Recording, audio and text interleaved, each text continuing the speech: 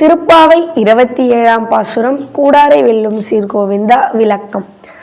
கூடாரை வெல்லும் சீர்கோவிந்தா, கூடாதவர்களையே வெல்லும். எப்படி நம்ம இப்ப கூடாதவர்களையே வெல்லும் சீர்கோவிந்தா, உந்தன்னை பாடி பறை கொண்டு, உன்னை பாடுறதுனால நாங்க அருள் பெறுறோம். பாடி பறை கொண்டு, பறைன அருள் பரிசு, அப்புறம் அந்த மோளம் அப்படின்றது அர்த்தம் இருக்கு. பரிசு அருள் பெற்றோம். பாடி பறை கொண்டு யாம் பெரும் சம்மானம், நாடு புகழும் பரிசினால் நன்றாக. இந்த பகவானை சேவிச்சுண்டா நம்ம இந்த நாடே புகழுமா, நாடு புகழும் பரிசினால் நன்றாக. சூடகமே தோல் வலியே. இந்த பாசுரத்துல ஆண்டாள் நாச்சியார் என்ன சொல்றாங்கன்னா, 2வது பாசுரத்துல நெய்யுண்ணோம் பாலுண்ணோம் சொல்லிட்டு இந்த விரதத்தோடைய ரூல்ஸ் அண்ட் ரெகுலேஷன்ஸ் சொல்றாங்க. இந்த பாசுரத்துல இந்த விரதம் முடிஞ்சத பிறகு நாங்க என்னென்னலாம் பண்ணுவோம் அப்படின்றது இந்த பாசுரத்துல சொல்றாங்க.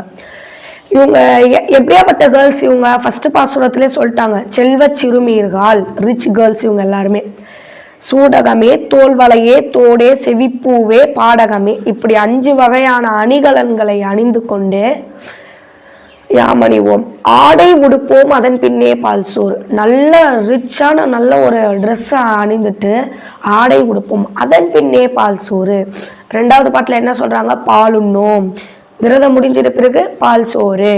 மூட நெய் பெய்து முழங்கை வழிவார, இந்த முழங்கை வரைக்கும் அவங்க செய்யற அந்த சாப்பாடு. ஏன்னா ஆயர்பாடியில வள்ளல் பெரும் பசுக்கள் இருக்கு, அந்த குடமே நிறைக்குமா, அந்த பால் சொரிய அந்த குடம் நிறைக்கும் வள்ளல் பெரும் பசுக்கள்.